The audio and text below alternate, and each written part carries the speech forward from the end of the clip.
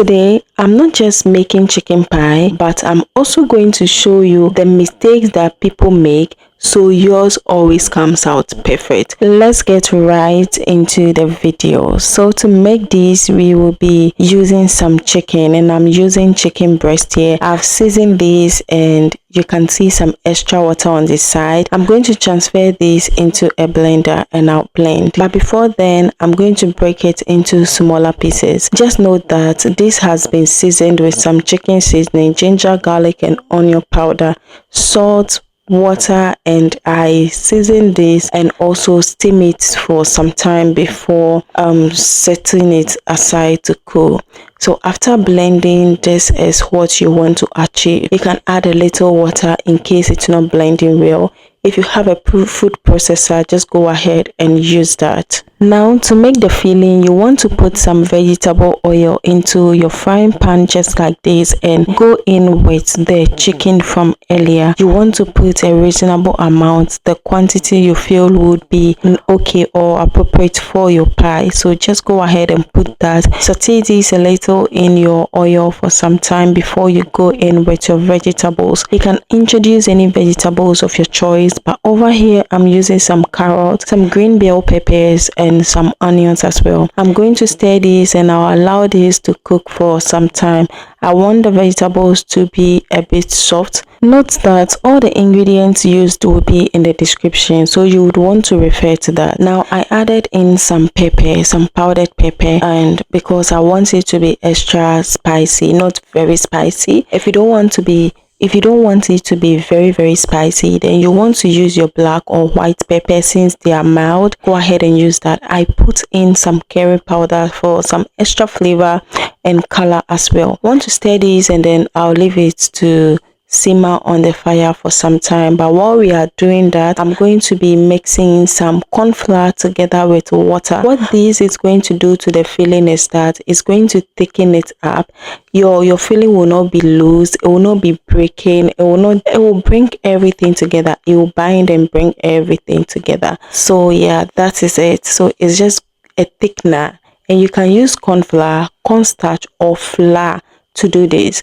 The normal flour, normal bread flour, you can use it. Bread flour, you can use it to do this, and this is going to thicken it up. You can see the difference here, and this is what you want to achieve. Let this simmer for, let's say, 3 minutes and then set it aside. And now we are moving on to making the crust for the pie. So the crust here is very important. If you don't make your crust well, your pie wouldn't come out good. So make sure that you follow the steps here. I'm using some soft flour or pastry flour here, and I added in some baking powder and nutmeg. I'm mixing these and I'll go in with my margarine. And one thing you should know is that you can't use bread flour for pie.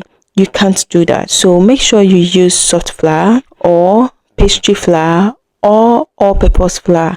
Bread flour has quite an amount of gluten, and that if you use that, is going to make your pastry or your pie very hard, and we do not want that. Also make sure you check your margarine or your fat to flour ratio. It's very important. Make sure your flour is not more than your margarine.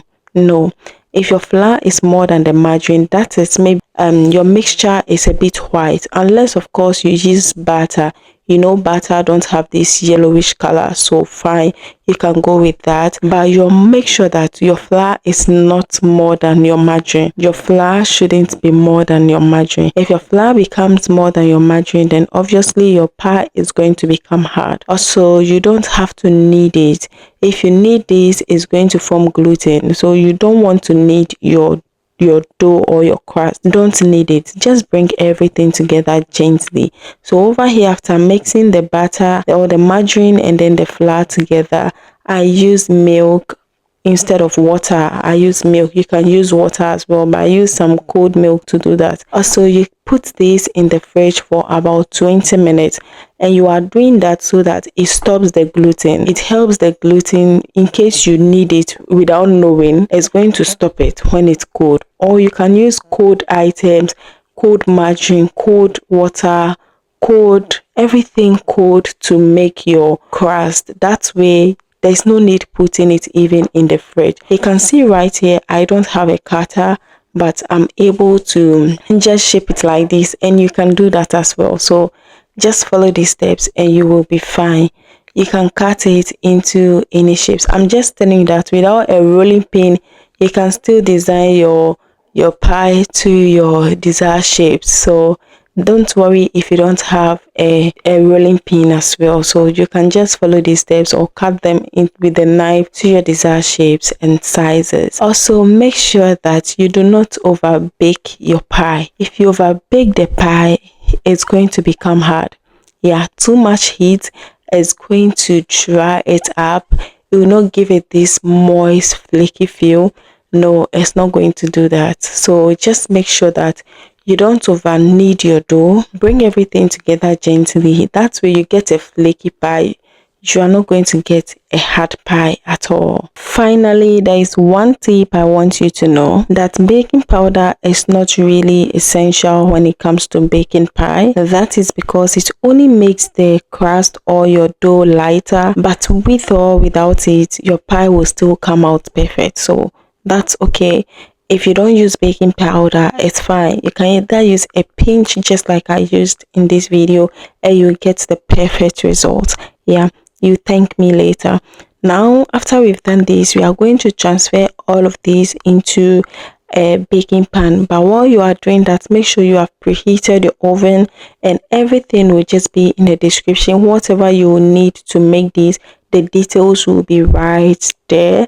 And spread some egg wash over this. This is going to give it the golden brown finish after it's baked. And this just took me about 20 to 25 minutes, and this will depend on the type of oven you are using. And after some time of baking, this is what we have. We have this perfect golden pie. And this chicken pie is just perfect. I know after watching this video, you should be able to make your own chicken pie, meat pie, fish pie at home, and you come back and give me your review. I hope that you find this video very helpful, and I will see you on the next one. Until then, stay safe, and do not forget to give this video a thumbs up if you find it very helpful. Are you guilty of any of these mistakes? Let me know in the comments. See you soon. Bye.